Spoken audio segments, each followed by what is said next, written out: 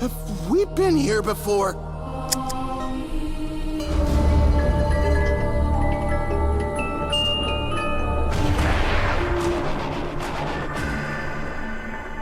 What's going on, everybody? This is dkdynamite, and today we have a lot to address in regards to Zombies Chronicles 2 or DLC 5 for Black Ops 4 Zombies. Yes, something that needs to be debunked because it was only on Reddit for maybe 20 or 30 minutes or so, but contained a huge piece of information that luckily I was able to confirm is actually fake. So just the other day over on the COD Zombies Reddit, there was a post made by a certain individual who'll go unnamed, and the post contained something we're usually used to seeing a few times a year: Activision's quarterly earning report, which usually contains all the numbers, profit margin, investments, percentages, and all the plans for major Activision products that are to be released within the next couple of months or the next quarter. And within this actual report that was put on Reddit, there was a specific detail that I'm sure you guys will find very interesting, but unfortunately is actually fake. So this detail says, additional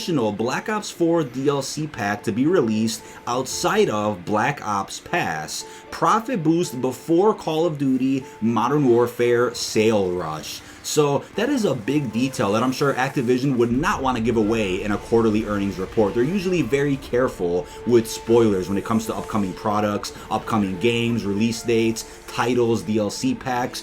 But looking at this detail, it seems like something that fits very well with this chart in the Call of Duty box, as you can see, but is absolutely 100% fake. Shout out to Glitching Queen, who actually reached out to me and actually debunked this entire quarterly earnings report. So apparently the real report is out there, which I'll have linked down below in the description, and it does not contain this detail about Black Ops 4 DLC 5. So what this person did, and once again, the person will go unnamed, we know who did it, that the person did is they actually took the original report, modified it slightly so that this little detail he added in fits in so well to the point where it's so damn believable and can fool so many different people. I was literally on the verge of recording a big breaking news video that yes, DLC 5 was actually confirmed by Activision. It was a massive slip up, and yes, Black Ops 4 will see a DLC 5 before the release of Modern Warfare. And the funny thing about this is that I've been talking about this for a while with many of my friends, that a DLC 5 before Modern Warfare isn't exactly unrealistic. If they were to just surprisingly drop DLC 4 or the Call of the Dead Remake at some point in the beginning of September, and then they release DLC 5 at the beginning of October, that would actually work because it's all before the official release of Modern Warfare on, I believe it's October the 25th,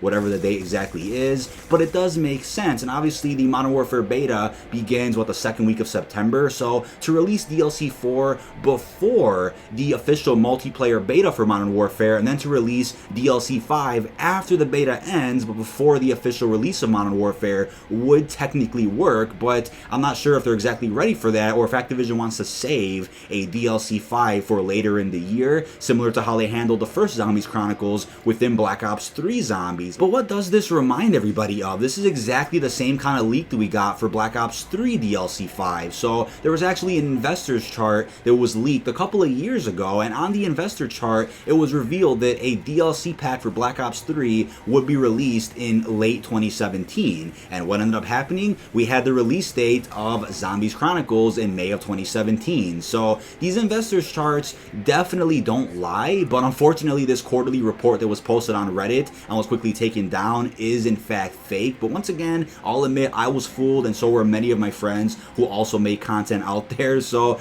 just wanted to debunk that here in today's video when it comes to DLC 5. But if this were true, then I almost wouldn't be surprised, because sure, Activision is careful when it comes to putting together these quarterly reports, ensuring there's no spoilers or release dates or information about unconfirmed titles. Sure, they're careful, but at the same time, with the way they've treated Black Ops 4 and the microtransactions and how they're really focusing on Modern Warfare now, I almost wouldn't have been surprised to see them just flat out release and leak this information about an upcoming DLC pack for Black Ops 4. But when it came to Black Ops 3, they were definitely quite careful up until maybe a month or so before the official release of Chronicles, when we saw some real definitive leaks from the Steam shop and investors charts confirming that another DLC pack that was pretty big was coming to Black Ops 3. But obviously Black Ops 3 was kind of Activision's golden child in the sense that it was such a successful game to the point where it had a second year of content with new weapons added to the game. They pushed Treyarch to add more content, even while Infinite Warfare and Modern Warfare Remastered were the current Call of Duty games. So Black Ops 3 was kind of the golden child, and Black Ops 4 is almost like the forgotten child in a way. Activision just does not seem to care when it comes to how much they squeeze the money out of the community's pockets when it comes to adding microtransactions in the black market. They just don't seem to care. They almost look at Black Ops 4 as a bit of a loss, so it doesn't seem like they're putting much effort into marketing the game anymore. But besides that investors chart, which obviously is fake for Black Ops 4, I also wanted to go into some other details about Zombies Chronicles 2 that you guys may have missed in some of my previous videos, and even some details that I haven't gone over yet. So the first thing is the fact that DLC 5 is already in the code for Black Ops 4. If you're familiar with data mining or ripping graphics from the PC files, DLC 5 is legit code for Black Ops 4. And no, it is not referring to Call of Dead as DLC 4, because people might think that Classified is considered DLC 1 in the code, but no, Classified is actually considered DLC 0 in the code. So they're still going by the correct numbering and ordering of DLC packs. You have Dead of the Night, Ancient Evil, Alpha Omega, and this Call of the Dead Remake as DLC 1 through 4 respectively, and there is code for a DLC 5. Yes, Glitching Queen made a video about this many months ago, and I also made a follow-up video to that, kind of giving my 2 cents on the code that was found. But if that's not enough definitive proof for you, and if you don't believe reliable sources and leakers in the community, then I guess you guys will just have to wait for some official confirmation from Treyarch and Activision, which could be a while away, if I'm completely honest with you guys. So we just have no idea when DLC 5 is actually releasing. But if I had to bet, I would say at some point towards the beginning of 2020, maybe late 2020, similar to how Zombies Chronicles released nearly 8 months after the release of DLC 4 in Black Ops 3 Zombies. So who knows if they're going to stick with that kind of trend and wait a couple of months, go a little deep into Modern Warfare cycle before releasing new DLC for Black Ops 4. They could even market the Black Ops 2020 reboot, and then at the end of this new trailer for the 2020 release from Treyarch, they could say, you know what, pre-order now and get your hands on Victus Chronicles for Black Ops 4. Or they could also release a trailer at the same time to build hype for Treyarch's return in 2020. So they could almost play it by ear in that way and kind of wait before releasing this Victus Chronicles pack. But besides the leak in the code, we also have information from Hedix115, who I've consistently brought up in many previous videos of mine going over a lot of leaks for Black Ops 4. He's unfortunately been in some tough situations over on Twitter with sort of being involved in some fake leaks and being involved in things that he misinterpreted, things that people twisted his words on. So we won't go over that. But when it comes to the Black Ops 4 intel, that is some real juicy stuff that has actually been confirmed and approved by many other reliable sources in the community as well. So he has good info when it comes to Black Ops 4, as I've brought up many times. And when it comes to DLC 5 or Zombies Chronicles 2, this is where things get interesting, because apparently Transit, Die Rise, and Buried, the maps that are going to be featured in DLC 5, are heavy remakes in the same way that Blood of the Dead and Alpha Omega are heavy remakes of Mob of the Dead and Nuketown Zombies respectively. So when it comes to that, I'm definitely game for it. I would love to see heavy remakes of those maps, kind of have them improved in so many ways that make them miles better from the originals in Black Ops 2. But at the same time, when it comes to Treyarch's budget and how a lot of it's been cut and how they couldn't even do rendered HD cutscenes in the game for Alpha Omega, with all those things being said, it really makes me skeptical about how DLC 5 will involve heavy remakes. So that's not to say that the heavy remakes don't exist. For all we know, Activision could say, you know what, we cut your budget for DLC 3 and 4, but we'll give you a little bit more budget for DLC 5, because we know a Zombies Chronicles 2 will definitely sell, just as the first Zombies Chronicles did. So we'll just have to see, and again, play it by ear to see how the budget affects these quote-unquote heavy remakes with DLC 5. But when it comes to the maps individually, we have no word right now on whether or not Turned or the subsection survival maps will return for a green run. Obviously in Black Ops 2, when you go on Transit, you have the subsection survival maps, you have Bus Depot, Town, Farm, obviously Diner for Turned, and you have the game mode Turned itself along with Grief on all the subsection survival maps. So in terms of seeing that again, it's been said that Grief has been done for a while and there's no good reason why it's not in the game at the moment. Many reliable leakers in the community have confirmed that information, so I'm assuming at any point we could just see the release of Grief within Black Ops 4 Zombies. Maybe for the final operation to really go out with a bang, they'll just release all these new game modes for Zombies, which would definitely be appreciated. But when it comes to Turned, obviously all the assets for it are now in the Pandemic Blackout mode. So again, I see no good reason why Turned won't be in DLC 5 or won't won't be featured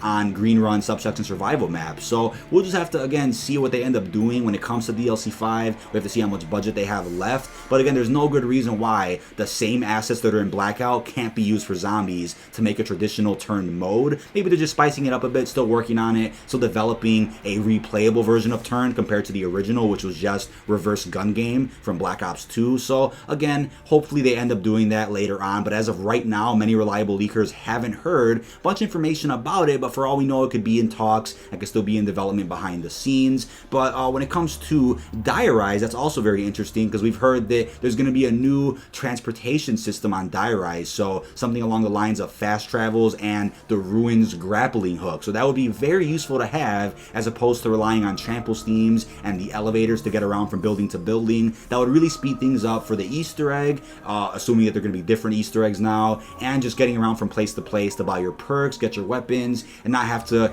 go through a snooze fest to get the weapons that you want, hit the box, etc. Because Diarize was a pretty slow-paced map, still a good one, but I just think it was a bit slow-paced for my liking, so I think the Ruins grappling hook would be a great mechanic in the game. I would probably have to be nerfed a little bit to ensure that exploits are impossible with it, so I'm assuming there'll be certain grappling hooks or certain gargoyles you can actually grapple on, similar to the Batman Arkham games in a way, where you can only grapple on specific things in that environment. So that's kind of my assumption there with Diarize. But when it comes to Buried, I was told that apparently Leroy isn't returning in the Buried remake, and instead the abilities Leroy had in the original Buried would be replaced by the Hacker. So it's a pretty far-fetched theory, I would say, but based on a couple of reliable leakers talking about this, I'm gonna say that it's probably definitive information. So using the Hacker in the Buried remake instead of using Leroy to get things done, like opening up certain areas, getting free perks, locking the mystery box, all types of crazy things. So I could definitely see that happening. It just sounds so unique to the point where it's believable. So again, as I always say, take it with a grain of salt.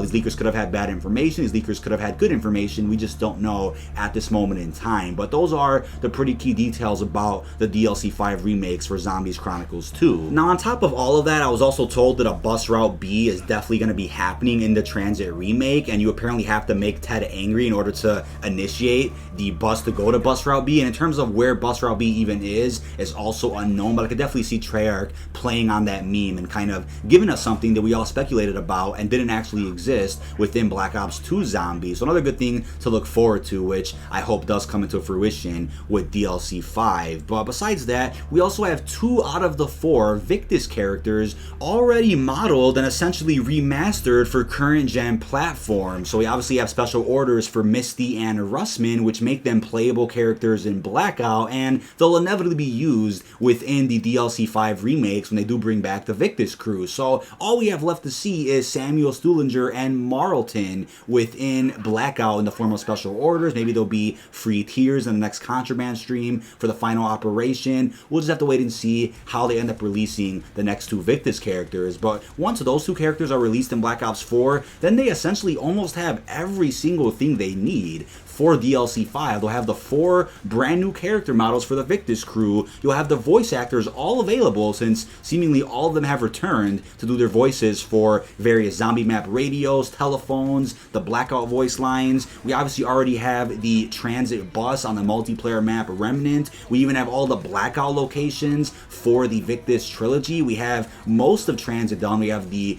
diner section, you have some fog, the cornfield, obviously the bus for multiplayer. When it comes to Diarize, there isn't too much done, but I'm sure they could take parts of construction site and kind of remake that into the Diarize towers. Then when it comes to Buried, the entirety of it's already finished. You have all of Ghost Town essentially being Buried remastered. Then we of course have the Buried Maze located near the Asylum in Blackout as well. And obviously, as we talked about before, the Lighthouse for the Call Dead remake is already set in stone in the main Blackout map. So literally everything is there. The foundation is already set for a Zombies Chronicles 2. And in terms of the storyline of Zombies Chronicles 2, as I've also gone over, as many leakers have said in the community, many reliable people have confirmed, DLC 5 will be filling in the gap in between DLC 3 and 4. So assuming we see Victus in the Call of the Dead remake, many of us will have a lot of questions about where they were, how they escaped their cryogenic chambers, and how they then got to where they are today. So DLC 5 will fill in the gap essentially and show how they escaped their cryogenic chambers from Blood of the Dead and how they made their way through this little journey back to the original Victus maps for a new purpose before joining Primus Harness and Ultimus in this new war within DLC 4 to defeat Dr. Monty. So